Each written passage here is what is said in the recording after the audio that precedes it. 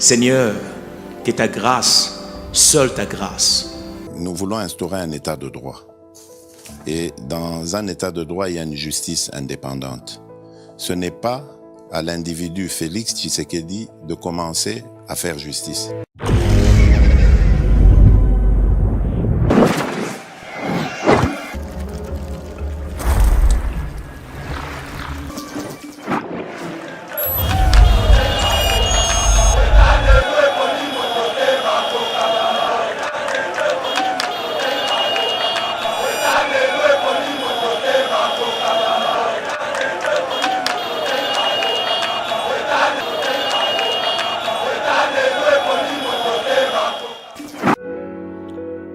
Sol des anges, l'élégance à l'état pur. Entrez dans un univers où les styles rencontrent les raffinements. Des vêtements hommes et femmes conçus pour sublimer votre allure, des chaussures qui imposent votre démarche, des parfums qui laissent une empreinte inoubliable. Sol des anges, ce n'est pas seulement une marque, c'est une signature, une présence, une distinction. Osez l'élégance, vivez Sol des anges. Chez Sol des anges, nous habillons l'homme et la femme moderne avec des pièces sophistiquées, des chaussures affinées et des parfums captivants. Chaque détail compte, chaque tenue inspire, chaque pas affirme votre grandeur. Sol des anges, l'élégance des mots inattitude.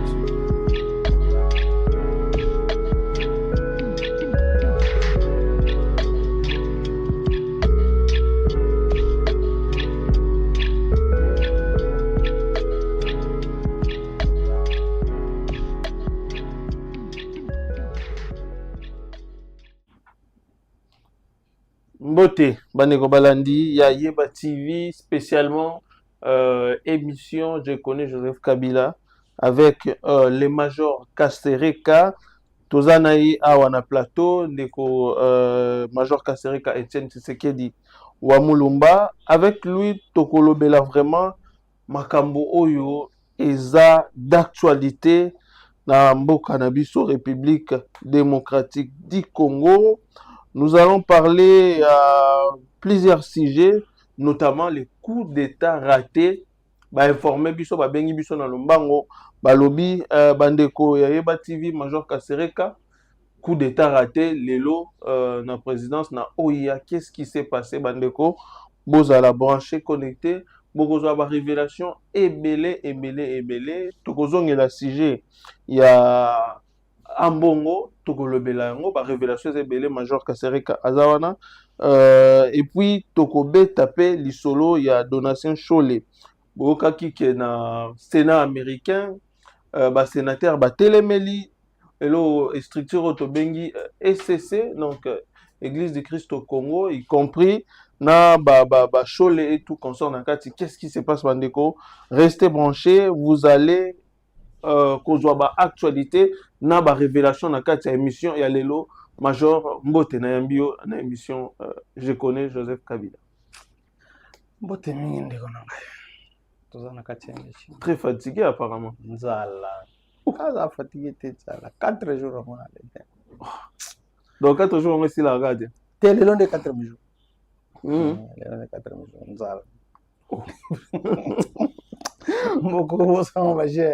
Batu babengi ngebele balobi mais nzala major wana eza nini? Non, po nzala ne silelo ni sengi. Po nzala sile. Boge na kanduka boge na paka juma utani nzala za kuna. Boko recruter bo ni bateke batu bakisa. So boge na SND bolobi pena kawi. Faito tumba Joseph Kabila botika. Non, Joseph Kabila si longtemps sera en vie Congo ezala na nzala moko extraordinaire. Donc nzala o isa résultat ya gestion ya Joseph Kabila na régime na. Na régime na ndatika ngana nzalo. Na Mobutu na Joseph Kabila. Batu mabe. Ndatika ngana nzalo. Mais malgré ça il faut communiquer quand même. Non, pona mboka vraiment Tanzania za makasi na bonga madesha donc. Pona mboka là. Tozina nzala to chapa. To sauver na mboka tango.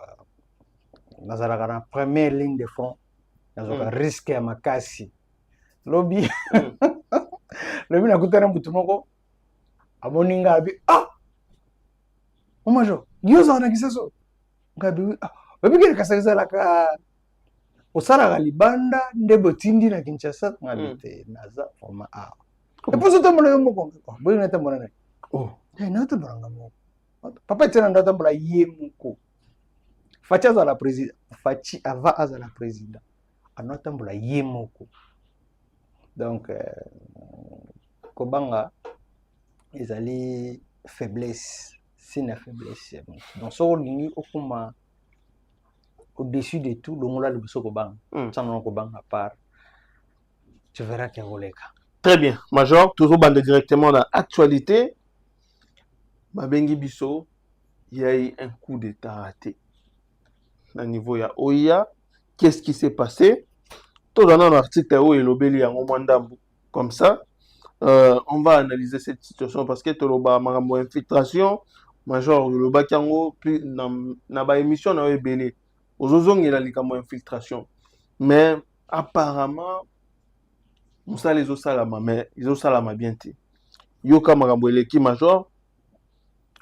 Na journal au Balobi, RDC, des sources concordantes confirment l'arrestation par la maison militaire du chef de l'État des 4 présumés mercenaires rwandais soupçonnés d'avoir planifié une attaque contre le président Félix Tshisekedi. Parmi les personnes interpellées figure un nom qui ne laisse pas indifférent, le colonel Willy Mihigo. Son parcours résume à lui seul les ambiguïtés et les fragilités sécuritaires que la RDC traîne depuis des décennies. Colonel au sein des FRDC, ancien cadre de la DEMIAP, il est aussi issu des mouvements rebelles qui ont profondément marqué l'histoire récente du pays. Ancien du RCD, passé par la CNDP de Laurent Kunda, son frère, il a rejoint ensuite les M23 en 2012 au plus fort de l'insurrection soutenue depuis l'extérieur. Arrêté à l'époque, il avait été détenu à la prison d'Indolo avant d'être libéré. Ces dernières années, il vivait librement à Kinshasa, notamment dans la cité de Loïa.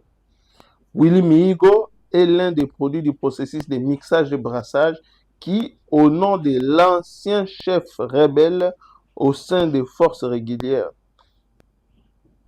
une stratégie pensée pour amener la paix, mais qui a parfois laissé subsister des réseaux d'influence et de loyauté ambiguës. Major, comment on a makambeleki na OIA, la vie même du président de la République était en danger. Mais ils ont eu na bateau bazana kati. Bon, ndena robad mikono surtout que mutabate la président de la République ezalaka ba cardonati baton bazana. Mutabate la président de la République ezalaka nzambe. C'est pour cela que nous sommes un peuple congolais, nous sommes tous beaucoup nzambe. Donc, il faut que ça me la réponse au président Nabiso. Ok. Motoko na Willy akoka kozana OIA te. Motoko Willy akoka kozana OIA te. En plus OIA ezan bon, motoko ba ngomba sécurité te parce que tout ça na écran. OIA normalement les colfos zana 2 drones ou 4 drones. Ba caméra na bango mike mike ya lukutu ba chawana te. Faut bazana ba drone. Oza ko scanner un drone de surveillance. Drone kamikaze, drone de surveillance te. Oya ba bano ba kosa bisote pa muntu nani oya kana wasomba ngo nani avantirio na kana wasomba ba drone te. Do ba drone kamikaze. Drone kamikaze ba chiliko. Et bien la Maison Blanche. Bazana plus de 50 drones. Bazana plus de 20 chasseurs F-18 à tellement likolo. Parce qu'ils allaient via la République. Président a représenté la République. Et bien le président Koufi, Congo Kozonga na Sima, a plus de 30 ans, 50 ans. Jour Moussa Koufaka, Congo Zonga Sima, 18 ans, Yamalé, au Joseph Attila Bissou. style là tout court mon passion là. En tout cas moi te remercier ma casse ezali général Malo. OK. Maison militaire. Dans ces musala. Et donc on est seulement qui les autres j'ai dit c'était mardi. Dans mon avis général Malo na patrouille lundi vers 2h. Ngala la kate. Bitambura bituma parce que dans la place on la tenda ko sala kate, moi ça sala kate, bana sala kate, ngamu place ça yebante, bitambura bitum. Général ça la patrouille na bele mana. Tala na pété na ye, mais atam asala ka patrouille. Na kati na bele mana. Donc ce qu'il faut faire pour que biloko non ceci là.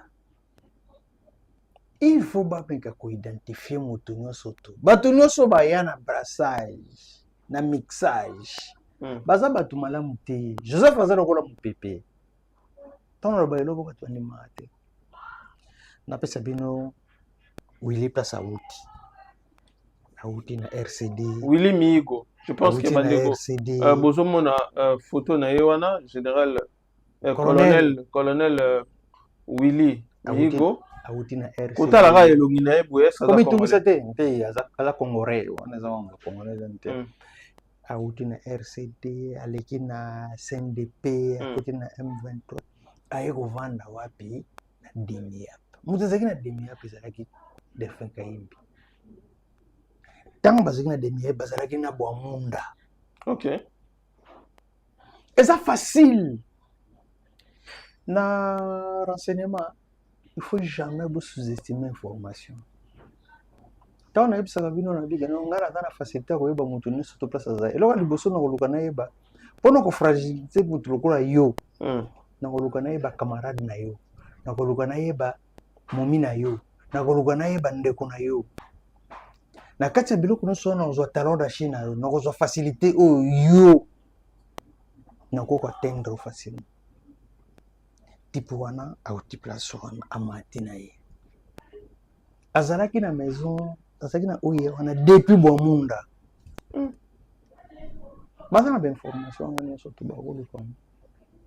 Ko bi mané na prison. Abi ba na prison ndenge. Nana bibisa kai. Pourquoi il a été arrêté? Bilo ko surtout wana. Service de renseignement baza na niveau salon. Batebele babenga ngaya chaque fois bande ko parro benga suna mambona te bo sina ngasu tenaze se bana manele loke bo benga su te bo sango pona nini bazo pesa yo ko to ba seti ba ko pesa ngate pona nini parce que général Mayele avait dit ça alobi soki ba service zo ko kanga criminalité veut dire que criminel wana abatem na kata ba service soki ba service bazo boya au collaborer nanga parce que tokanga bato ba osala na beseke baza complice biloko baza service na biteza corrompu baza na robaka infiltré toujours tozo mona 85% ya batente na kati wana bato sérieux baza mukie bi bato sérieux na baza étouffé bato sérieux baza mukie puis bato sérieux baza étouffé so ngo bimisa idée mo bien babukio. Azaki quelque part un jour, tout le monde a bêté l'isolo abi. Ah! On va aller au son mon ayo. Mais ce que proposition à répéter ezala qui déjà na processus. Mais toujours ordre moko boye ba lobi yoté. Parce que yo oyebi mingi. Abi oui c'est vrai que na yebi mingi. Pena yebi mingi, c'est vrai. Na on démontrer bien. Ngana zaki na kishasa. Na yebi si mona motion na poto na be moni yo. Dans Zoba A1 en nuance. Qu'est-ce que tu as qu'on imagine? Tu l'as ici, place à Vandaka, tu l'as ici, surtout. Nous avons imaginé la chambre. D'abord, que tu as parce que mon toit, parce que approche na yesu que babeti yango ba non, isaye. Na jour baso lia na ye. Na zana no surtout. Pe benginga bi, mo jo to sandeni, so tele wakadugu na biti buta, azara bon. Azela nga mo zo. Ko tele wakadugu pasili ko pesi. On peut bien le faire. Pour la République, s'il faut, il faut se sacrifier, Donc, biloko boye, ça faille na kati ya sécurité ya président ce qu'il faut faire faut banda okanga na liboso bato nyonso chaîne wana nyonso to baza na oya akutaki awa ndenge nini avandaki ndenge nini mais koloka baokanga bango te moi généralement ebeko alede lebi boye soki likamba boye ekomi faut zwa les devant kanga bato nyonso sauf personne bokoyoka nani alekisaki ye bakota place fo vérité bima bokoyoka nani alekisaki ye bakota place wana batie oyo mpe babandaka kaka boya ngai soki chef de l'état te me naza oyo naza lelo te na église asala badéclaration ngai Félix Tshisekedi loyauté tout ça là mais tomona la suite catastrophique nayebi soki bato wana nyonso baza batintin Joseph Kabila aza lokola mopepe Joseph aza na mbongo ce qu'il faut faire faut qu'on appauvrir Joseph soki bokati ye basource de revenu na ye soki tokati basource de revenu ya Joseph oyo eza na Kinshasa avant tobanda oyo eza libanda mon frère Joseph aza so na mbongo akopesa bato te na video oyo tokotya awa komona moto azokende kosalelanga mission est-ce kasi moto anakende epamba mais epamba te c'est parce que tu ne lègues quelque chose moto akende kofilme nokasi akende epamba te c'est parce que moto ango ozolinga ozwa risque faut pesa ye quelque chose or na service ya renseignement batiaka mbongo moko boye budget moko boye ke en cas de problème bosala na bato na biso bakotya biloko wana te donc merci beaucoup na mosala monene général Malosali mpona kobikisa bomo ya chef de l'état en tout cas etikali eloko moko kosala kanga bato nyonso tu sauf personne so okangi bango bakoyebisa o nani oyo abandaki mosala wana mpona ngai avi na ngai yango wana très bien major tozwa nanu révélation moko il y a une émission Noël Tiani Asala pour makambo sécurité na est de la République démocratique du Congo bakongomani bazo s'interroger trop basango oyo bazaka ba politique to musala na bango eza kokamba lingomba kokamba église bakoti trop na politique ambongo chole bazebele. Mais qu'est-ce qui se cache derrière Basango? Dans la déclaration de pasteur Moko Lobby, Nathan Wakabila, est-ce que Basango balinga baza na courage? Ya koloba makambo bazo lobaka mikolo na betando ikie. To pasasu. To pasasu. Bakoloba. To na Rwanda. Non, na monate cardinal ou soit monseigneur soki na nyango wana na Rwanda azo critiquer Paul Kagame batiki. Mais kaka na mboka na biso République démocratique du Congo nde makambo wana ezosalama tokembango na régie tozwa ba révélation ya Noël Tiani après to yazonga pour analyser. Et j'ai beaucoup de peine à parler de ça. La même église catholique. Vous savez, quand j'ai commencé la loi Tchani de Père de Mer, j'ai été convoqué par le cardinal Ambongo devant d'autres membres de la Sainte-Cour. Ils m'ont demandé de quoi s'agit-il? Et je leur ai expliqué ça en bonne âme et conscience, en tant que bon catholique. Et à la fin de la journée, je leur ai dit, si je fais quelque chose qui n'est pas bon, je voudrais vous demander de me dire quoi il faut changer. J'ai pris la proposition de loi Tchani de père et de mère et d'épouse. Et je leur ai dit qu'il n'y avait personne d'autre dans ce pays qui avait cette copie-là. Je leur ai remis, j'ai remis ça dans les mains du cardinal à 17h30. Et devinez quoi? À 1h du matin, je reçois un coup de fil. 1h du matin, Stali Boujakera qui m'appelle, qui me dit, vous savez quoi? J'ai la proposition de loi Tchani des pères et des mères, signée par vous. Je voudrais avoir la confirmation parce que Jeune Afrique va publier ça d'ici demain matin. Je voudrais que vous sachiez. We must recognize the indispensable role of the National Episcopal Conference of Congo, or CENCO, and the Church of Christ in Congo, ECC, together with the African Union. Time and again, when political solutions faltered, CENCO and ECC stepped in. We remember their pivotal leadership in brokering the St. Sylvester Agreement on New Year's Eve in 2016, which prevented the total collapse of the state and the 2025 Social Pact for Peace and Living Together to address the ongoing humanitarian crisis and violence in the region. Today, as we implement and seek the implementation of the Washington Accords, groups like SEMCO and ECC are not just observers, they are key to facilitating an inclusive national dialogue in the DRC that includes all the actors of civil society. Religious groups like SEMCO and ECC are not just observers, they are key to facilitating an inclusive national dialogue in the DRC that includes all the actors of civil society, religious confessions, political parties, and armed groups to promote social cohesion, national unity, and the principle of good governance. This morning, voilà. Major, makambo eleka na mboka oyo oyebi makambo basango oyo ekomi ntina États-Unis oyo bolandi wana eza Chris Smith ye aza bongo membre ya Sénat américain et tozwana nu article moko et appuyé makambo oyo Chris Smith alobi comme ça major oyo akokommente yango balobi boye major. Dialogue inclusif en RDC. La sortie de Chris Smith ne parle pas au nom de Washington. Le débat autour du dialogue national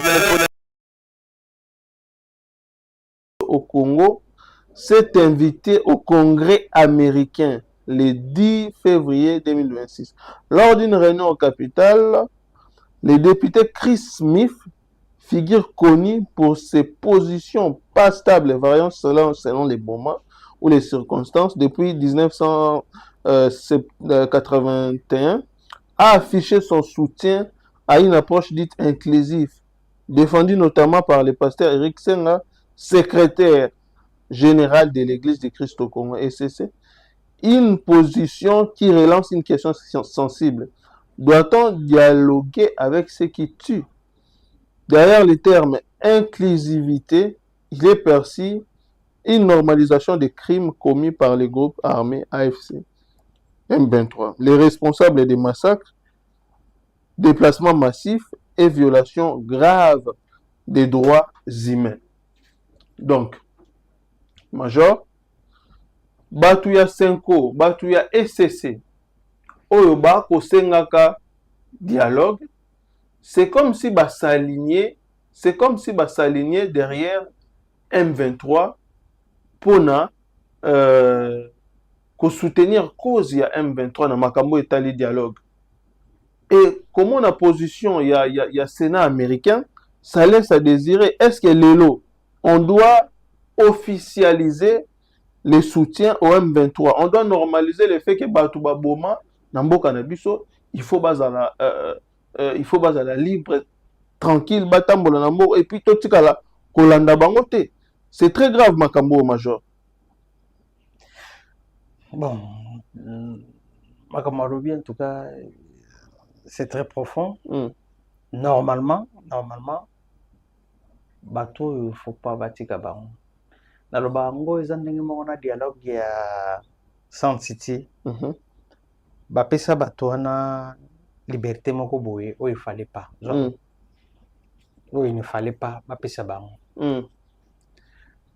baza ko kene ko amitié batu oyo basala rébellion batu oyo baboma batu par-ci par-là mais na dialogue na bango bakendaki na Sun City asengi keno te biloko wana nyonso tu oyo eleka bolimbisa bo pardonner esili siko bato wana bakufa wana bakolamusa bango bato wana bakufa wana bakozongisa bango ukoma maintenant bazo continuer lisusu lelo bango baza basango mais bazolinga kokota toujours en politique bango baza basango mais balingaka toujours kosala makambo mabe. Moi j'ai toujours dit ça na bomba kongo te na bango vérité soki ambongo amoni na koseli akende kofundanga ambongo bande kokende na motel fikine tango uti ko botola ba dominicain nani akangisa ba dominicain basango wana mibale atena bango na prison nazalaki na prison na basango wana mibale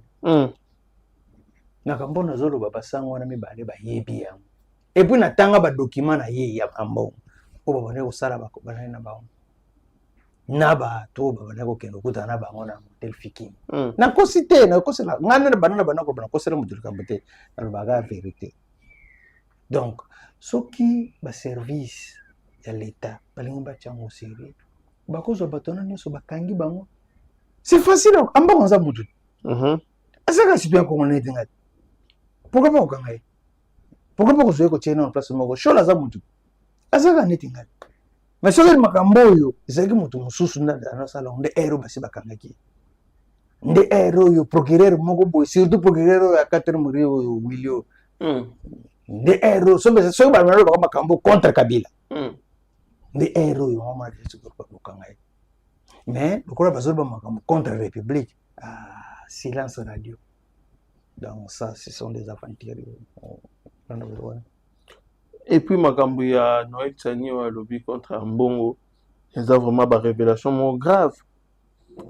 Awa na moni article moko et lobby Noël Tsani expose les cardinals Ambongo. Noël Tsani a fait des révélations troublantes concernant certains évêques de la Senko et le cardinal Fridolin Ambongo Besungu. L'acteur politique congolais dit désormais douter de la sincérité et de la fiabilité des relations qu'entretient le cardinal avec certains acteurs. Il rappelle qu'à l'époque, son projet de loi Tiani de père et de mère, remis exclusivement à titre confidentiel au cardinal Ambongo, s'est retrouvé dans la presse le soir, même malgré les garanties de confidentialité données aux autorités. Bah, révélation, ils ont son monde, major. Ambongo, atikala jamais kolinga république. Ambongo. Amana saki bino so Ambongo lo baka bien kini ya Rwanda. Ambongo lo baka bien kini ya Rwanda. Ambongo ayebisaka Joseph Kabila, il faut compter na soutien nanga. Ambongo alinga république te. Ambongo complétera toujours contre la République. Ambongo aza citoyen congolais. Jour kaka Ambongo batindeli ye mandat de comparution na Gombe. Ambongo akendaki Mbongo koluka fachi pona kosenga pardon. Pourquoi pas kozwa Ambongo botiki na maboko ya justice? Aza citoyen congolais. Aza nzambe te. Mutu moko taza likola mibeko. Omone loka bien tosolo bana kati ya émission na biso. Tango zo bana to président de la République alobika que justice pour la motonio surtout. État de droit pour nous mototé. Ah oui, état de droit pour nous mototé. Mutu moko taza likola mibeko. Bazwa nano Ambongo, bazwa nano yeba kendo tikeno na maboko l'État. Mutu wana ke ba biloko zanga tina wana. Azoro ba ngompela bien alobiki non. Ba rebelle bazoboma. Bizupe na Congo tozoboma. Est-ce qu'il y a un bossé que non? Ce qui m'a dit il faut se défendre. Si on se défendre, on va te comme un criminel par rapport à quoi. Mais il y a un criminel à attaquer. Parce que pourquoi il est à considérer gouvernement. Qui est un gouvernement criminel parce que bon peut pas bon. Mais il faut que je vous fasse un schéma. Ah, c'est mon colonie Congo c'est Katisa et Kota Rwanda que bon. Banda guerre et banda Congo tikala ko Katisa te côté Rwanda ko bon. Voilà pourquoi on dit comme ça. Moi des fois ça m'énerve bon pourquoi comme ça m'a molo bati. Donc on se dit qu'on a mais to se rendre justice. Asa mutu kana tibati nesu. Ce qui me comme ça pour l'amener to Ambongo to Shole a sali malaise avec crise. Et l'autre ça. Asa ka mutu. Okile ka sukata? Très bien, Major. Tout le Bélamouké, situation sécuritaire dans l'Est de la République démocratique du Congo. Les lois n'ont que FRDC va avancer ma casse vers Minembwe. Donc, de Ouvira, ti bazo Keneti Minembwe, va renforcer ma position. Mais aussi, M23, mouvement moko déplacement, Yamindu qui n'a pas soldat et Salami Makasi, lobby de Bukavu jusqu'à vers Minembwe et Salami Makasi. Alors, pendant que tu es à la table de négociation, est-ce qu'il faut Kaka Kobunda Bitumba? Bon, honnêtement, ndeko na ngai nalingaka mingi koloba makambo oyo bato ebele bayebi te. Ngai nasalaka émission je connais Joseph Kabila makambo baminembo makambo banani ataka banani eza biloko moko boye ngai episaka nga kanda parce que eza facile kostopa yango, eza facile kosisa biloko nyonso to wana.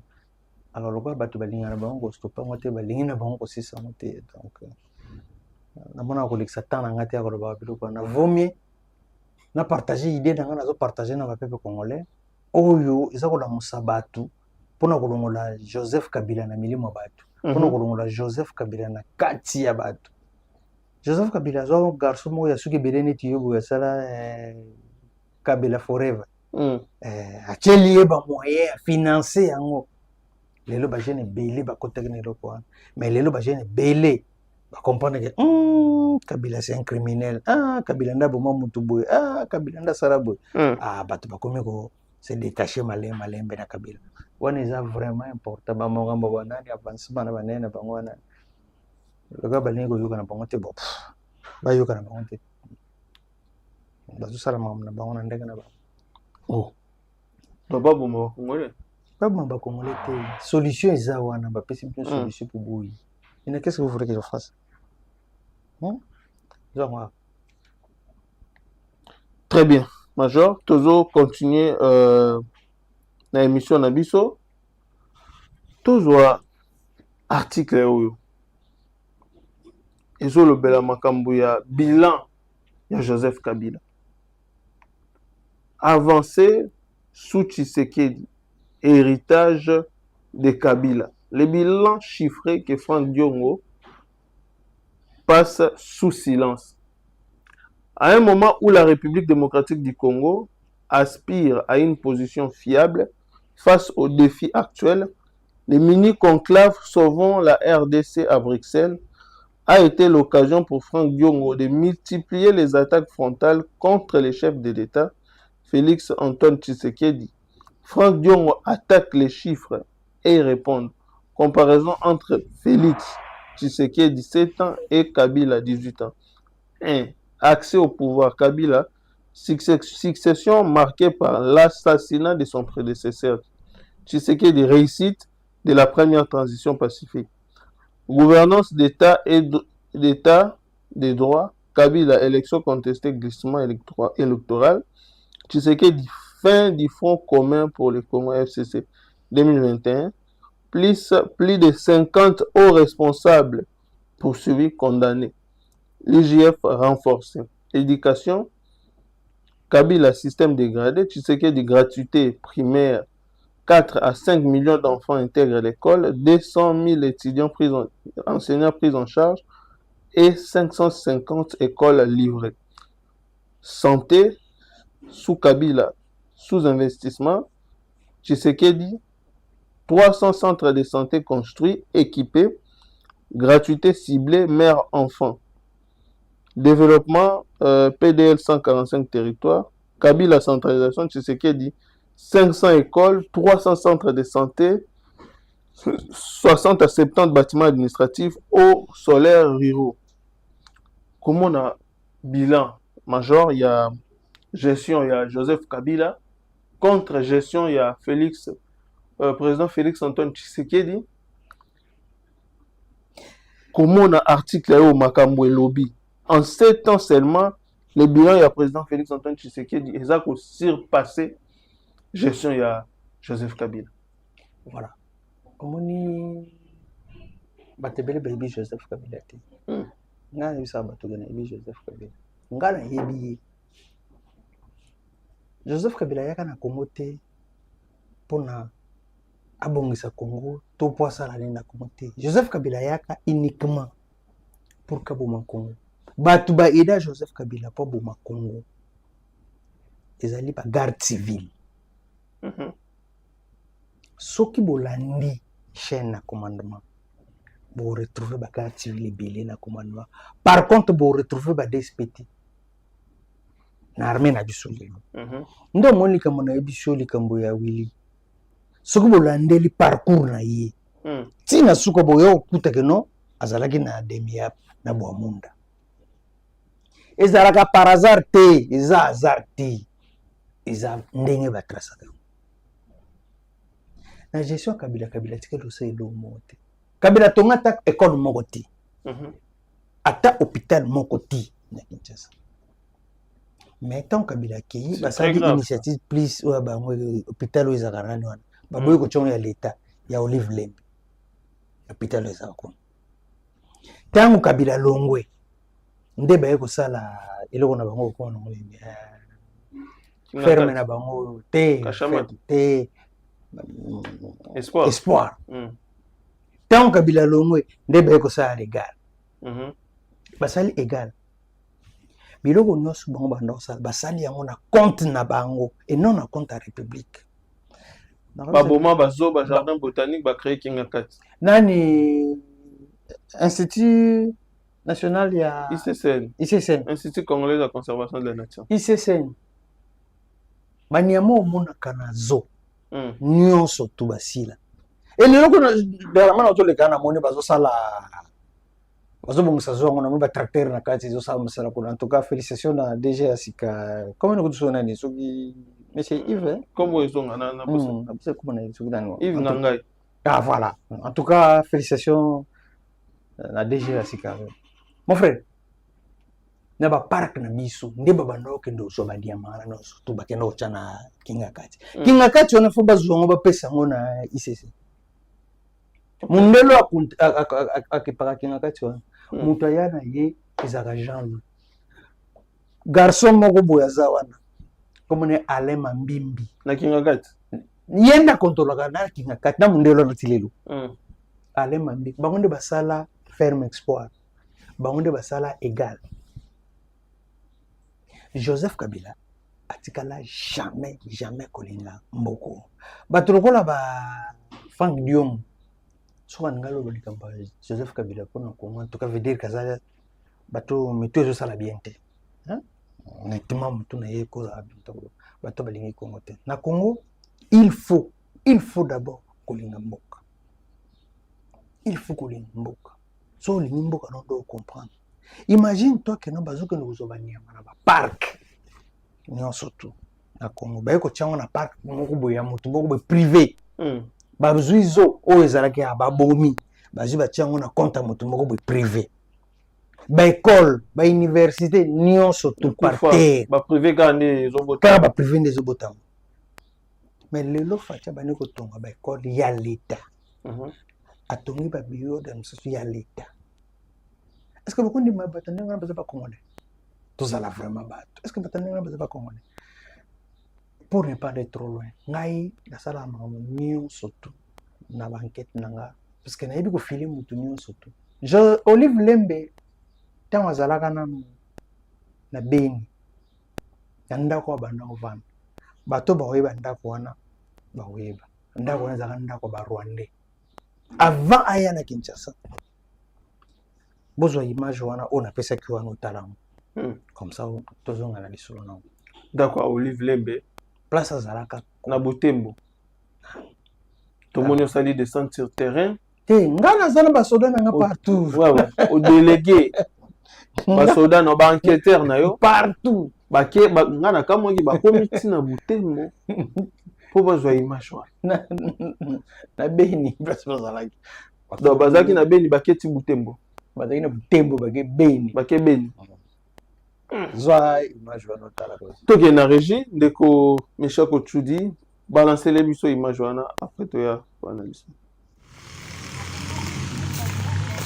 moni kamanda ko oyo kamanda ko ndeza ki kerite ya basoda wana esika basoda bazaki ofanda nde awo kama gerite awo awa nde zaki position ya basoda bazaki ofanda awo grand route yango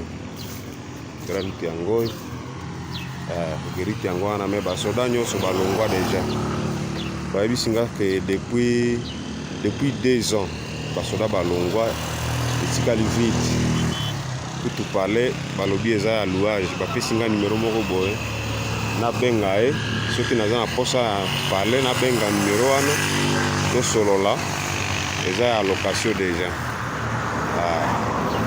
epai ya basoi-disant Olive Lembe. Position ya basoda esika bazalaki kofanda nde awa omonika mwa kioske oyo nde yango wana me basoda balongwa déjà depuis 2 ans. Nde yango wana. Merci mon major. Là c'est en ville de Beni, quartier Boyken. Ville de Beni, quartier Boyken. Oh, j'ai oublié cet élément-là.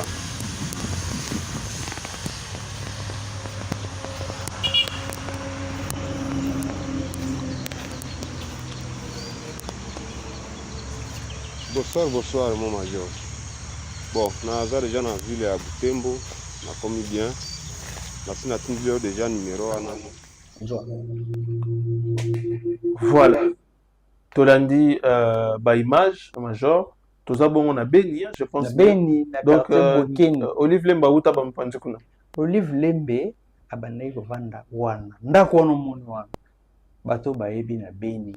Na quartier Bukeni, place wana bakomona ndako wana munene koto ndako wana bachanga wana location baruange bazana wana place Olive Lemba banda wana siko mutu aboyi nde bato bozoba keno bato balingaki komo bato bayaka na bango kaka kosala cope na bango na Congo nayebisaka bato ebele ke Joseph Kabila atikala jamais kolinga Congo soki obandi histoire ya Joseph Kabila ndenge nini Joseph Kabila azoka pouvoir. Joseph Kabila a eu pouvoir na coup d'état. Et le quoi liboso na mwana Joseph Kabila pouvoir na coup d'état. Joseph Kabila a eu pouvoir na coup d'état ndenge ni Kabila a abomi président de la République. Président Mouzé Azalaka na Lubumbashi. Le 13 Joseph Akeli Lubumbashi pona kosenga ye alongola ye na Lubumbashi poya na ye Kinshasa.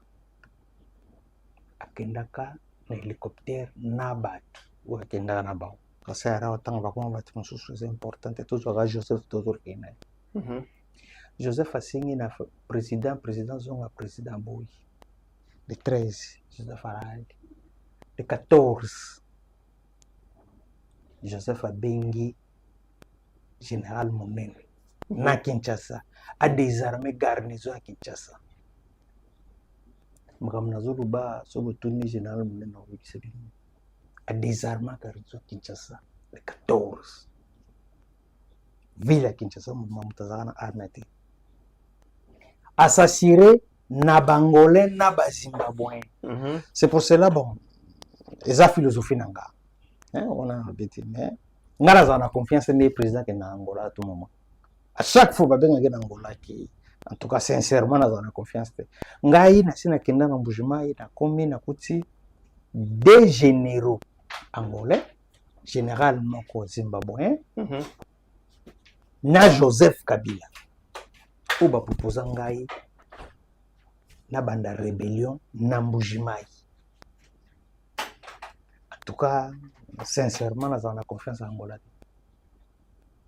Na za na confiance en Angola ti no wale zanga na biti que président ou pas mais na za na confiance en Angola ti. À chaque fois président so ba benga na Angola faut pas kendaka. À chaque fois so ba benga ne faut pas kendaka. Bozongo na angle sécurité. Soki bozwa ngo sérieux si beso bozwa ngo sécurité wana ngana lobi na paro yanga. Alors Joseph Kabila les 14 asengi ba désarmer ville à Kinshasa. Ba désarmer ville à Kinshasa les 14. Les 15 France 24 balobi muzakufi. Na tongo tant tozokoma na ba 14 ba rédifier ba invitation akufite. Mais bato poto basi babande ko benga be. Déjà pour dire que non ndeni bino kuna balobene biso président Kufi ndeni kuna biso président Kufi. Ça a été déjà planifié. Bazo ko bimisa ko les 16 président Akufi na bureau na ye avandi. Président vadi na bureau na ye Akufi babité masasi pa Rachidi ndeko na ngai na loba yango a plusieurs reprises.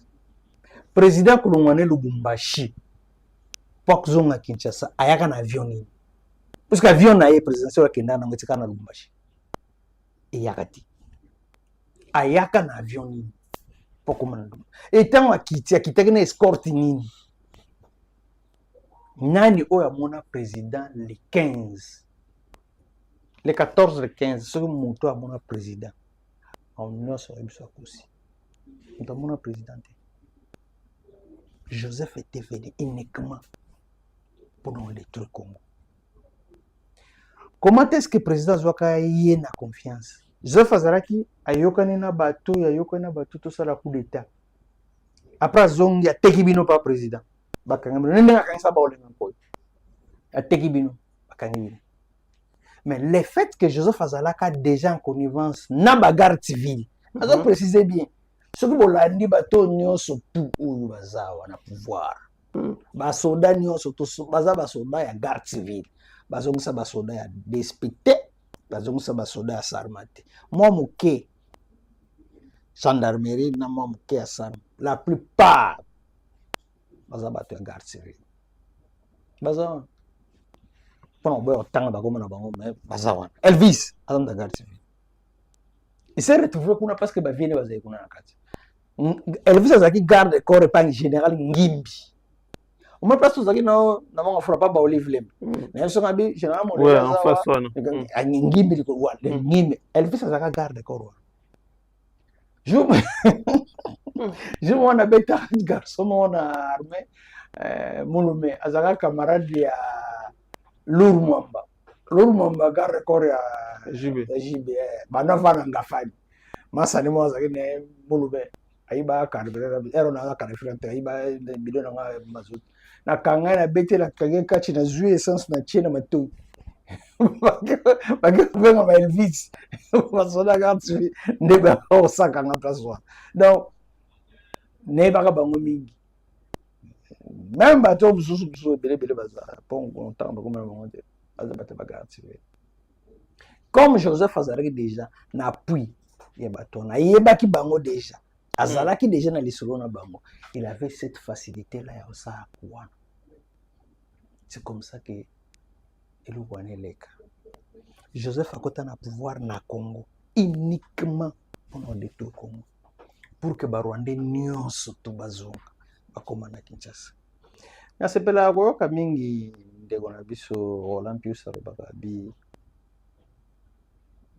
moto oyo azalaka na ba rebelle eza Papa Etienne mutazaka na ba ibutala ina kisangana zo défilé te faut tena mutu na bino kino tous les rébellions sauf personne o bazaka na rebelle bazaka coopérer na Joseph Kabila bango nyonso to ezana mutu mota coopérer na Joseph Kabila ba arme nyonso bazaka bungela ezali ba arme o Joseph Kabila zako somba awaza ko tinda ko Joseph na pouvoir yé moutaze ko alimenter tous les rébellions. Les rebelles mon côté azara comme va dans Joseph te. Ce que vous en avez que les rebelles mon autre. Otuna Thomas Luaka. Thomas Luaka azara ministre de défense RCD. Botuna ya ko sabino ba arme na bango na uta. Ba munition na bango na uta. Bilo na bango na uta kishasa. C'est comme ça que après avoir ko musée Joseph Kabila sangisa mboka te. Bango nyonso bazalaki déjà bamasa na ye bazalaki déjà na coupe na bango. Donc il avait cette facilité là ya kobenga bango kana yaya boya to bominzoko munambutu aya kokateteni na ye. C'est comme ça que Joseph Kabila benga bango nyonso. Koya na bango nyonso to na Kinshasa bayaki ndepo ya kokabola nzoko na bango. Et voilà maintenant tant bakaboli nzoko na bango apesi bango part na bango Joseph abandisi ko maltraiter Congo. Maltraité Congo à niveau moko extraordinaire. Joseph asala copine à 5 chantiers. 5 chantiers à Joseph. Atikala jamais kosini. Bato balinga otanga makaba efachi trop. Mais sini nani akabina ni Congo 100 ans nino na États-Unis. Nana ko l'exbino contrat ya Congo na Chine. Yo za journaliste. Eh bien. Yo bien. Contrat ya Congo Chine basina contrat chinois Congo na Chine basina kasi kama contrat na ya bashino na Congo ndo moni lelo bateka nani Kabila mitekeli ye moko eloko bomba tonga na motel fikino motel fikino dossier na mo na ibengo bien eloko ezala Kabila tateka bon Kabila amitekela amitekeli motel fikino oh major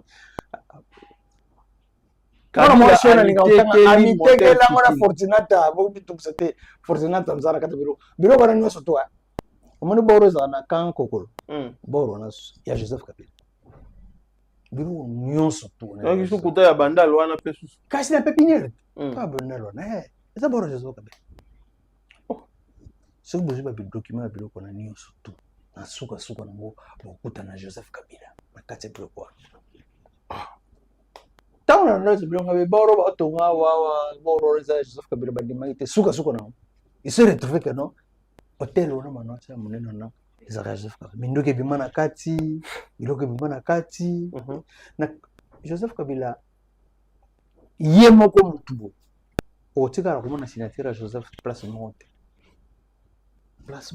komona signature ya Joseph Kabila na biloko nyonso za kosa awabebisa mutu wana bokopere na ye yo kasi nisi okopere na ye te ozokopere na ye te okopere na ye leader Joseph mutu wana asombi asini asala makambo nyonso ezongi koto oyo mutu wana ye kosala kopana na compte ya Joseph c'est comme ça que Joseph atikala kocircule na Congo ti lelo Joseph aza na Congo Joseph aza na mito ya bato Joseph akoza place oyo azali Joseph azokomande kasi epelaki na eloko ministre na biso asalaki nani Eliezer Tambo pasa akendaki kotala bato wana ya bamobondo azwi baminduki mazwi mais honnêtement eza bamascarade vrai mobondo bazalaki wana te babimai mpe wana sali nga azwa bamobondo ya solo azwa nani oyo akoma ministre soki ya budget so ya France komene nani Muzito azwa Muzito basongane Muzito ntainstalla bango wana barwande wana bayakana banani bazala na problème te donc Muzito mutu akrea bamobondo wana Muzito te mutu akrea bango bato wana bayakana bangombe na bakombe esika wana ntango bateki bakomo bengana bato wana Muzito nde akenda kuna ake koyesa bango alobi te botika baza bandeko na biso bakongole botika bango bavanda bapesa ye katine mobimba mileki baimage eza koexiste nazokosela motu te ye nde aesala bango place wana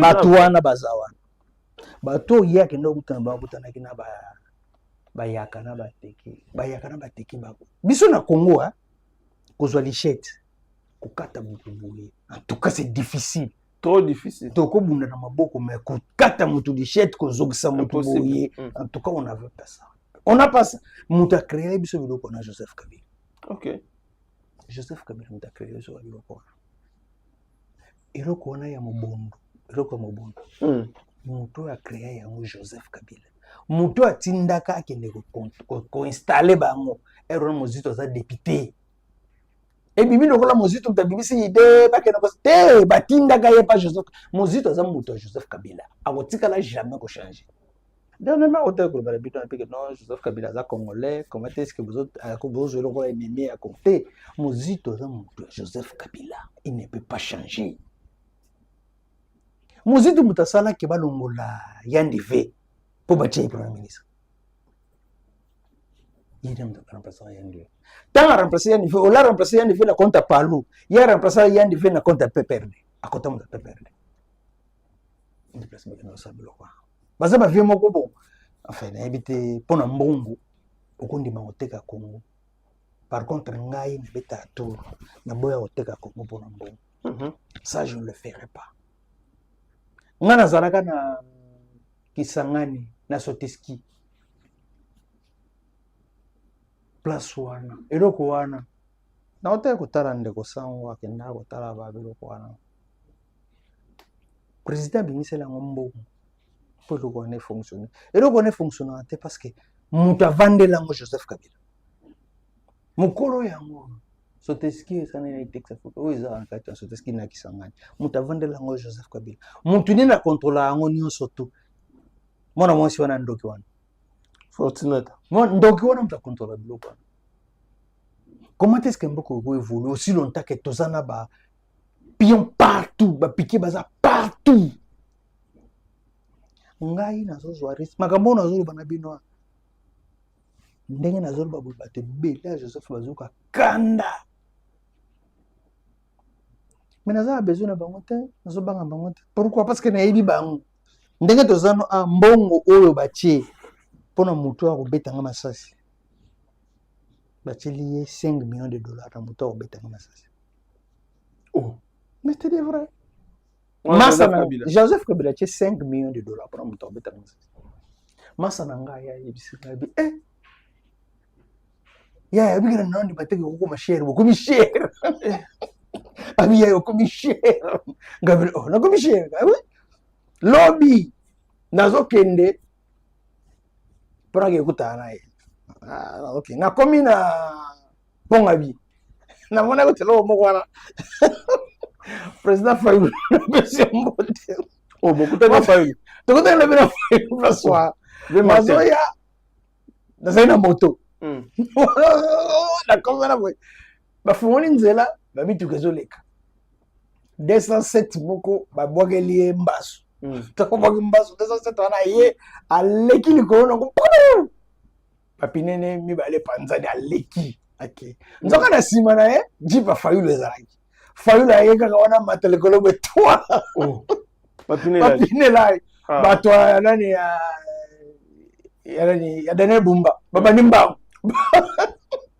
bakimi capitaine mo azalaki singana akiti ado calme bakimi Martin Fayulu ya neso Fayulu afungoli jipa kiti nangana kita mpona yoka nini yango erisale bato namoni mama bato na batelefone bafilme nga awa bayazwanga image awa oya monaki na soki awa nalongwe malaboko naprofite na likambo wana mpona yebisa na gouverneur Daniel Bumba omoni façon oyo motive mpona koluka mbongo ndenge opesi bato pene koluka na bagene nyonso to opesi bango mbongo mpo bazala na balabala mpo bakangela mbongo nyonso soki omotivaki boye mpona kosilisa babalabala to soki omotivaki boye mpona kokrie banzela nyonso to enge ezala kitoko maka bino bato bazofingisa président na yo na ministre no incompétent oyo ya travaux publics ale Chilunga oyo aza monene boye makolo minene boye wa monene eza kofinga te eza ndenge aza nga monene wana ale Chilunga yo na sina fundo na ozela yo longa ministre parce que surtout pour un débat yero oza ministre ça va me prendre beaucoup de temps na kosamba na yo yokio c'est là soki bozwi mbongo bopesi na bagene wana mpona kobima na nzela kotobola bapinambi ya bato nde batobola wana botyango mpona kotonga banzela pour que basisa nzela moko bolobaki kosila après 8 mois après 5 mois nzela ezosala inani nde oboni bato bakoma finga président soki mbula ebeti bato nyonso tu fo baleka na nzela bazwa bavideo babana oloba tala mosala faci azosala tala place tozodinda à la base eza yo sikoyo nazo bapete pourquoi bazotika kaka gouverneur nazo bapete pourquoi bazotika kaka gouverneur biloko boye président fozwa décision lobi na ntongo balongoli bozwa te Fifi Masuka boye kotia ta gouverneur na Kinshasa oh Fifi Masuka longa lola baya bazosala bien te namoni mpe bato bakritike trop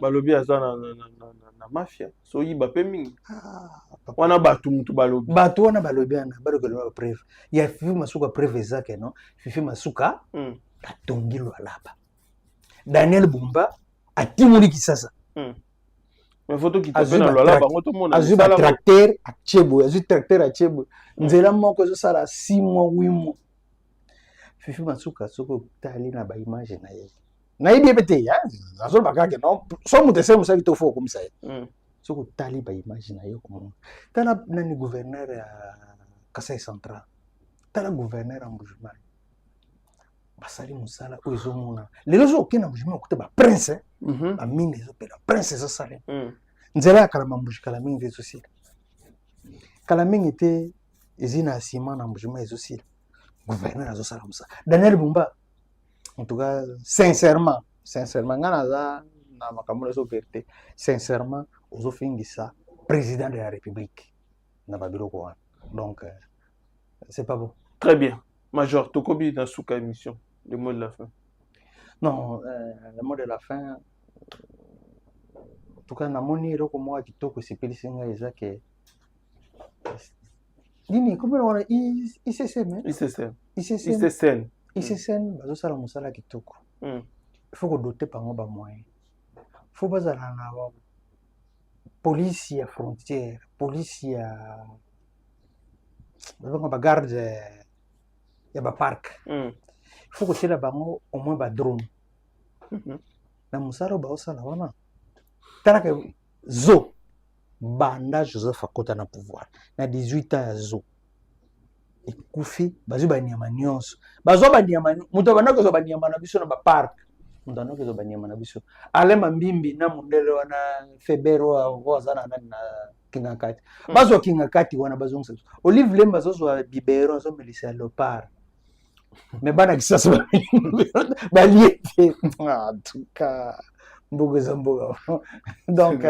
ce qu'il faut demander à chef de l'État c'est que bamekana kotala makambo ya ville ya Kinshasa, surtout makambo ya ville ya Kinshasa mbula soki beti batu bako vivre que bamekana kotala bomba ville ya Kinshasa et puis deuxièmement bomeka doter ba moyen na ICC wana bazosala mosala bien na moto na biso ya bakarte pona ko recenser ba ONIP omoni pasi toza nango makasi na mboka oyo ezake toyebi te nani aza nani. J'ai toujours dit ça, tozonga nano na kati toyeba nani aza nani, toidentifie motu nyonso. Très important. Soki toidentifie ki bato nyonso surtout na ba origine ya bato foto soki toidentifie bato nyonso nde motu alinga azala na oya te. Soki baidentifier alinga azala na oya te, mais parce que bozozwa service moko eza très très important na vie bo ignorer yango botiki yango. Par contre soki président de la République c'est le bakiam azam taliboso kende ko carte d'identité na Congo azam taliboso tozalaka na carte moko ya liputa asere Mobutu Joseph Tia Kei asali biso de côté tala niveau mutema bien c'est sur carte d'électeur eza uniquement pour voter donc après l'élection faut que boga na Joseph Tia biso na mais bato bazo commissaire que non azam to malabo président doté bato wana bapiloko ya bien ba moyen ou ba ko sala musala doté moni ba Rwanda nde mutu ba linga makambo wana eza na freinage bato bazolinga ngo teza ba conseiller ya président po bazo ko la PDG makambo ba conseiller ya président de konangai ba conseiller ya président ngana zo biso ngana kosa ka tena ba conseiller ya président na entourage ya président ba conseiller na ye sur 100% au moins 85% au baza sécurité bayelaka président ba rapport oyo ya mabe omoni président aza mokonzi monene il n'a pas le temps ya kocontrôler bino nyonso bainformation nyonso bino bokoyela ye ba rapport ya mabe mpona basala bacope na bango siko ya kosala ni ya komi kuna te ayebi kuna te yo nde moto atindi apesi yo diriger place tel contrôler eloko tel bokomo oyiba mbongo yango félicitation na IGF po bablokaki mpe bamanœuvre oyo elingo asalama na ONIP wana. Donc quelque part bato bazopesa fai na biloko wana nyonso tu eza bato wana alors il faut que trouver la solution vraiment c'est quelque chose de bien. Voilà un peu likambo tonga tolobala bino mpona journal lelo yango wana en tout cas merci mingi otikala merci Major Kastereka, président de la République en tout cas. Nayebi ke Olanda biso makasi au soutenir DG à ONIP Richard Ilunga, un monsieur très sérieux. Aye pona ko sala musala. Tala ba IDPS oyo basili kolela balongoli bango illégalement en violant même la procédure pona ko remplacer na bato na bango. Mais DG Richard Ilunga à remettre les pendules à l'air na ONIP, les lokimia et koti, une gestion saine ezongi na ONIP, nde loko tozo linga pona mboka ekende liboso. Likamu ya identification, recensement, c'est très important d'abord pour la sécurité de notre pays. Alors, ceux qui les loto moni recensement, et bandi, ONIP azongeli musala na yango, avec DG Richard Ilunga au baguette, ça sera une très bonne chose. Mais aussi, chef de l'État, appuyer ICCN, Institut Congolais à Conservation de la Nature, qui est géré actuellement par un Congolais de très bonne qualité, le DG Yves Ngangai. Oyo akosala musala na ye ya makasi. Tourisme ya mboka esengaka ko protéger ba patrimoine national. Ba parc. Ndeti ba parc ya Virunga wana. Eza ba bijoux oyo il faut to protéger ya. Équipé ICCN, DG Azawana, DG Yves Ngangai, Azawana. En tout cas, pour nous accompagner Vision Nayo, c'est vraiment pour le bonheur de tous les Congolais. Tokutani, prochainement avec un nouveau numéro. Bye. Seigneur, que ta grâce, seule ta grâce. Nous voulons instaurer un état de droit. Et dans un état de droit, il y a une justice indépendante. Ce n'est pas à l'individu Félix Tshisekedi de commencer à faire justice.